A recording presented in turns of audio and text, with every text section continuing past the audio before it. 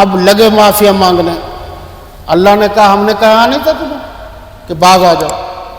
ثم تولیتم من بعد ذلک، تم پھر عہد سے پھر گئے نا. اللہ کے فضل اور اس کی مہربانی نہ ہوتی تو تم نقصان میں پڑے رہتے. اگلی آیت میں کہا وَلَقَدْ عَلِمْتُمُ الَّذِينَ اعْتَدَوْا مِنْكُمْ، اور تم ان لوگوں کو خوب جانتے ہو جو تم میں سے ہفتے کے دن مچھلی کا شکار ہو.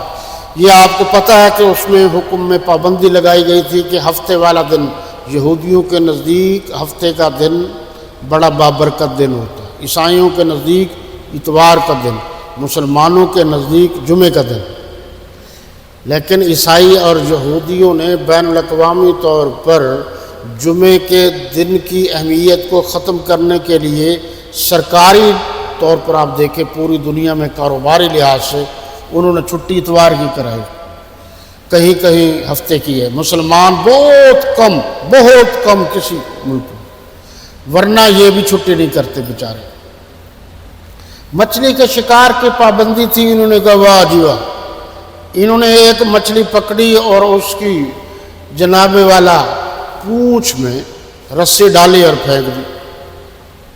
ہفتے کا دن گزر گیا، اتوار کا آیا، گویا جال ڈال دیا تو انہوں نے کھینچ لی، جو آئی کھائی پی. اور انہوں نے کہا اب تو ہفتہ گزر گیا نا، پابندی تو ہفتے کی تھی.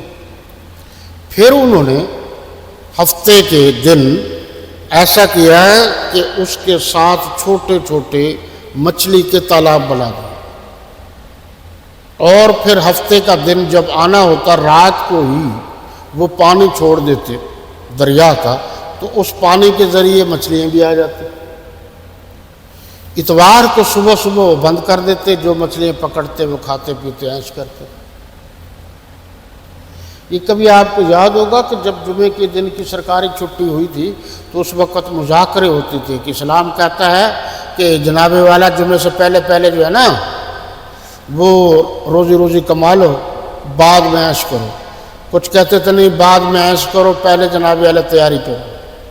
کچھ کہتے تھے جی مولویوں کو ڈھکوس لایا جی جمعے کی کوئی چھٹی بٹی نہیں ہے، جو مرضی کاروبار کرو.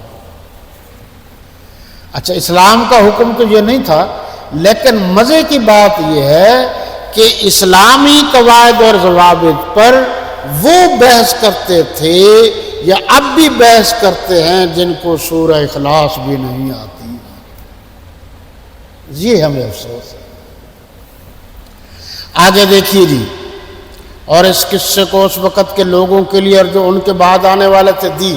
ان آیات میں یہ بتایا گیا کہ جب اللہ تبارک و تعالیٰ کے حکم کی انہوں نے ان یہودیوں نے نافرمانی کی، مچھلی پکڑنے سے باز نہ آئے تو اللہ ناراض ہو گئے. اللہ نے جوانوں کو بندر بنا دیا اور جو بوڑھی عمر کے لوگ تھے ان کو خنزیر بنا دیا. بعض نے لکھا کہ دونوں کو ہی بندر، یعنی جوان کو بھی اور بوڑھوں کو بھی بندر بنا دیا. یہ سوال ہے کہ اب وہ بندر کہاں ہے؟ بہت سارے لوگ یہ کہتے ہیں جی اب یہ بندر وہی شکل ہے. یہ اچھی طرح سن لیجیے، مسلم شریف کی حدیث ہے کہ آپ صلی اللہ علیہ وسلم سے پوچھا گیا تو آپ صلی اللہ علیہ وسلم نے فرمایا جو وہ اس دور میں تھے وہ مر کھپ گئے، وہی ہوئے، آگے ان کی نسل نہیں چلی. لہٰذا یہ تصور کرنا یہ غلط ہے. اگلی آیت دیکھ لیجیے، آیت نمبر 68، قالوا ادع لنا ربک یبین لنا ما ہی، کہ اللہ اب ہم کیا کریں. یہ اس طرح واقعہ ہے، ہوا یہ کہ ایک آدمی نے ایک آدمی سے کہا کہ تیری بچی جوان ہے، میں نے شادی کرنی ہے، یہ رشتہ دے دو. آپ کی بیٹی خوبصورت ہے، اس نے کہا میں نہیں دیتا. اس نے اس کو قتل کر دیا. جب قتل ہو گیا تو اب پتہ نہیں چل رہا تھا کہ قاتل کون ہے، قاتل کون ہے. تو اس قاتل کے لیے انہوں نے ایک فارمولہ اللہ تبارک و تعالی نے بذریعہ موسیٰ علیہ السلام دیا. اور وہ فارمولہ کیا تھا؟ یہ تھا کہ ایک بیل لے لو، بڑی گائے لے لو، درمیانی عمر کی لے لو، اس کو ذبح کرو، پھر آپ کو پتہ چل جائے گا قاتل کون ہے. اب جیسے ہی حکم دیا گیا انہوں نے بحث شروع کر دی. ہمارے ہاں مسلمان اب بھی بحث کرتے ہیں. اور ایسے ایسے سوالات کرتے ہیں کہ ایک دفعہ تو دل خوش ہو جاتا ہے۔ علماء کا واسطہ پڑا ہے، علماء سے پوچھیے، خاص کر جو صبح کی نماز اور جو سنتیں باقی رہ جاتی ہیں اس پر، کہ سورج نکلنے کے اتنے دیر بعد پڑھیں، کوئی ایمرجنسی ہو جلدی ہو تو پہلے پڑھ لے، جو سنتے رہ گئی تھی فرض سے پہلے۔ لیکن ایک نے مجھ سے پوچھا آدھا سورج نکلا ہوا اور آدھا اندر ہو تو پھر کیا کریں؟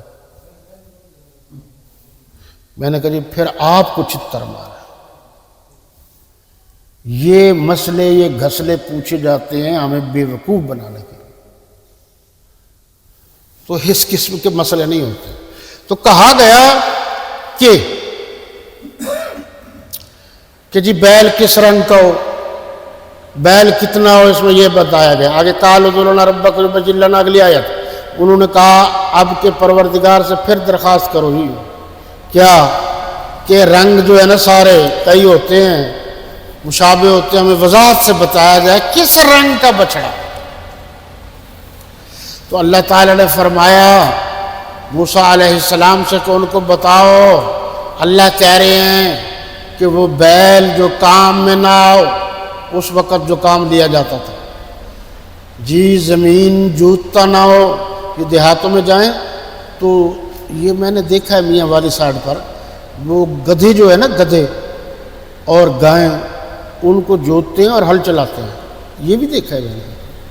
بیل تو ہے ہی، بیل ایک ادھر ہے، ایک پانی نکالنے کے لیے پہلے کنویں پر استعمال ہوتا تھا، اور اس سے پہلے اگر آپ کا حافظہ تیز ہو تو یہ کھل جس کی بنتی ہے جو جانور کھاتے ہیں، اس کا تیل نکالنے کے لیے، سرسوں کا تیل، اس کے لیے بھی استعمال ہوتا ہے۔